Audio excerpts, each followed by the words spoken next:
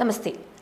ആചാര ലംഘനങ്ങൾ കേരളത്തിൽ തുടർക്കഥയാകുകയാണ് എന്ന് തന്നെ ഓരോ ദിവസവും നടന്ന സംഭവങ്ങൾ ചൂണ്ടിക്കാണിക്കുമ്പോൾ പറയേണ്ടി വരും. ഇക്കഴിഞ്ഞ ദിവസം നടന്ന ഒരു സംഭവം തന്നെ നോക്കൂ. ശ്രീ പത്മനാഭസ്വാമി ക്ഷേത്രത്തിന്റെ ശംഖുമുഖത്തെ ആറാട്ട് മണ്ഡപത്തിൽ കോടിക്കണക്കിന് വരുന്ന ശ്രീ പത്മനാഭസ്വാമിയുടെ ഭക്തർക്കും ഹിന്ദു സമൂഹത്തെയും തന്നെ വെല്ലുവിളിച്ചുകൊണ്ടായിരുന്നു അത്തരത്തിലൊരു കടുത്ത ആചാര ലംഘനം അവിടെ നടന്നത്. ശ്രീ പത്മനാഭസ്വാമി ക്ഷേത്രത്തിന്റെ ആറാട്ട് പൂജ നടക്കുന്ന ശംഖുമുഖത്തെ കൽമണ്ഡപത്തിൽ മാംസാഹാരം പാകം ചെയ്ത കുടുംബശ്രീ മിഷൻ തീരസംഗമം എന്ന പേരിലുള്ള ഫുഡ് ഫെസ്റ്റിവൽ അവർ ആഘോഷമാക്കി. കൽമണ്ഡപത്തിൽ മത്സ്യ മാംസാദികളാണ് അവർ അവിടെ പാചകം ചെയ്തത്. ഹൈന്ദവ വിശ്വാസങ്ങളെയും ആചാരങ്ങളെയും കടുത്ത രീതിയിൽ തന്നെ ലംഘിക്കുന്ന തരത്തിൽ തന്നെയായിരുന്നു അവിടുത്തെ കുടുംബശ്രീയുടെ ഈ ആഘോഷം നടന്നത്. ആറാട്ടിനായി വർഷത്തിൽ 2 ദിവസം വിമാനത്താവളം തുറന്നു തരുന്ന വിമാനത്താവള അതോറിറ്റിയുടെ അത്രയും മാന്യത പോലും കുടുംബശ്രീ കാണിച്ചില്ല എന്നത് നിഷ്ഠൂരം തന്നെയാണ്. ലോകത്ത് മറ്റേതെങ്കിലും ഭാഗത്ത് ഒരു അന്താരാഷ്ട്ര വിമാനത്താവളം അടച്ചിട്ടുകൊണ്ട് നമ്മുടെ ഈ ആറാട്ട് ചടങ്ങൊക്കെ നടത്തുന്നത് നിങ്ങൾക്ക് അറിയാൻ സാധിക്കുമോ? ഉണ്ടാകില്ല. കാരണം അത്രയും മഹത്തരമാണ് ശ്രീ പത്മനാഭന്റെ ആറാട്ട് എന്നത്. ഈ ആറാട്ടിന്റെ മേന്മ നശിപ്പിക്കാനുള്ള ഗൂഢലക്ഷ്യങ്ങൾ നടക്കുന്നുണ്ട് എന്ന് തന്നെ നമുക്ക് പറയേണ്ടി വരും. അത്തരത്തിലുള്ള നിരവധി കാര്യങ്ങളാണ് പണ്ട് കാലം മുതൽക്കേ ഈ നമ്മുടെ കൊച്ചു കേരളത്തിൽ നടന്നുകൊണ്ടിരിക്കുന്നത്. ഈ സംഭവവുമായി ബന്ധപ്പെട്ട് പറയുമ്പോൾ നിങ്ങൾ അറിഞ്ഞിരിക്കേണ്ട ഒരു പ്രധാന കാര്യമുണ്ട്, അല്ലെങ്കിൽ ഒരു പ്രധാന ആളുണ്ട്, ഒരു പ്രധാന വ്യക്തിത്വമുണ്ട്. ഗുരുനാഥൻ പൂജനീയ സ്വാമി സത്യാനന്ദ സരസ്വതി തിരുവടികൾ. അദ്ദേഹം നടത്തിയ ചില സുപ്രധാന കാര്യങ്ങൾ നിങ്ങൾ അറിയണം. 1986 ഫെബ്രുവരി 8 പോപ്പ് ജോൺ പോൾ II മാർപ്പാപ്പ തിരുവനന്തപുരം സന്ദർശിച്ചപ്പോൾ ശംഖുമുഖത്തുള്ള ആറാട്ട് കടവിലാണ് ചിലരുടെ നിഗൂഢ താല്പര്യങ്ങൾ പ്രകാരം പാപ്പാവേദി നിർമ്മാണം അവിടെ ഉണ്ടായത്.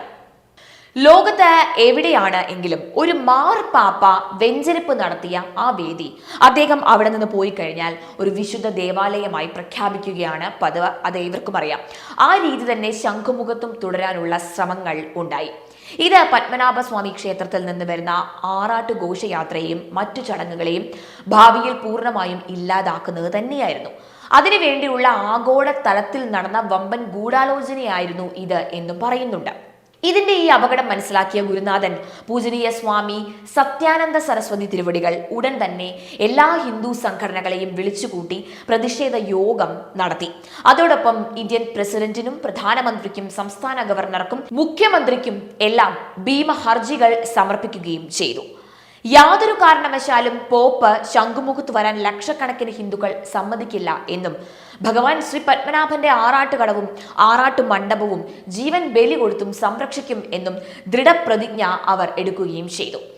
സ്വർഗീയ ശ്രീ ശിശുപാൽജി, ശ്രീമതി മണ്ണടി പൊന്നമ്മ തുടങ്ങിയ അന്നത്തെ പ്രമുഖ ഹിന്ദു നേതാക്കൾ 100 കണക്കിന് പൊതുയോഗങ്ങളിൽ ഈ വിഷയത്തെക്കുറിച്ച് സംസാരിക്കുകയും അതിശക്തമായ ജനവികാരം അതിൽ വളർത്തിയെടുക്കുകയും ചെയ്തു.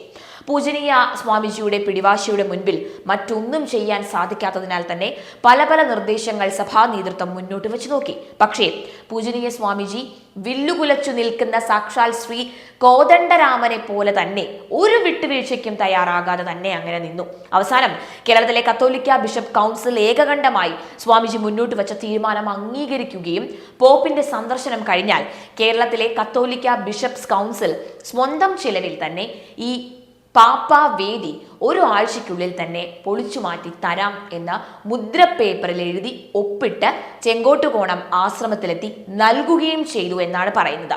അതുകൊണ്ട് മാത്രമാണ് ഇന്ന് ഹിന്ദുക്കൾക്ക് നിർഭയം ശംഖുമുഖത്ത് ആറാട്ട് നടത്താൻ സാധിക്കുന്നത് എന്നോർക്കണം. ആറാട്ട് മണ്ഡപം സുരക്ഷിതമായി ഇന്നും അവിടെ നിലനിൽക്കുന്നതും അതുകൊണ്ട് തന്നെയാണ്.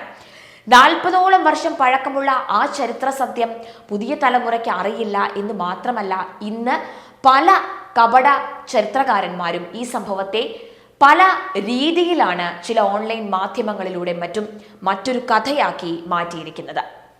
ഇവിടെ നാം ഇത് പറയേണ്ട ഒരു കാര്യം, ഇതിൻ്റെയൊക്കെ തുടർക്കഥയാണ് പത്മനാഭസ്വാമി ക്ഷേത്രവുമായി ബന്ധപ്പെട്ട് നിൽക്കുന്ന സ്ഥലങ്ങളിലെല്ലാം തന്നെ ഇത്തരത്തിൽ പല സമയങ്ങളിലായി ഈ മാംസാഹാര ഭക്ഷണ കഴിപ്പും പാചകവും എല്ലാം നടക്കുന്നത്.